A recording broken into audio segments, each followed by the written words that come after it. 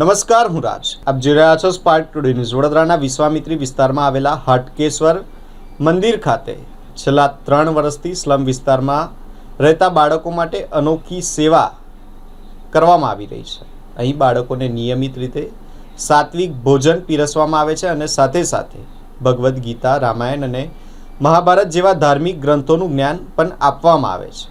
આ સેવા કાર્યના અનુસંધાને આજે ગુજરાતના પ્રખ્યાત હાસ્ય કવિ ડૉક્ટર રાજેન્દ્ર હાથી અને તેમના ધાર્મિક પત્ની ડૉક્ટર લેખાબેન હાથી વિશેષ ઉપસ્થિત રહ્યા હતા.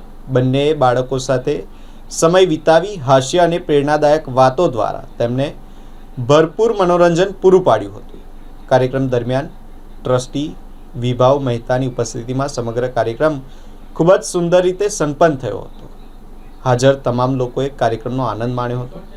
આ પ્રસંગે વડોદરાના ભક્તજનોને હાટકેશ્વર મંદિર ખાતે આવી દાદાના આશીર્વાદ લેવા માટે પણ આમંત્રણ આપવામાં આવ્યું છે.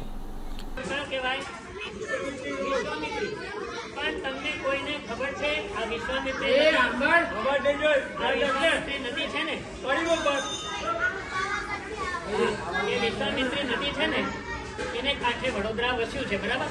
પણ તમને કોઈને ખબર નહીં હોય, આખા વિશ્વમાં જગતમાં 2 જ શહેર એવા છે કે જેની અંદરથી નદી પસાર થાય છે. એક લંડન, નામ સાંભળ્યું ને? લંડનમાં થેમ્સ નદી છે. થેમ્સ નદી એ શહેરની અંદરથી નીકળે છે. અને બીજી વડોદરાની અંદરથી વિશ્વામિત્રી નીકળે છે. અને વિશ્વામિત્રીમાં શું થાય છે? વધારે મગર, બરાબર? એટલે શું કહેવાય? આ મગર નગરી જ કહેવાય, બરાબર? ચાલો, હવે આપણી આ વાત થઈ ગઈ વિશ્વામિત્રીની અગત્યની વાત.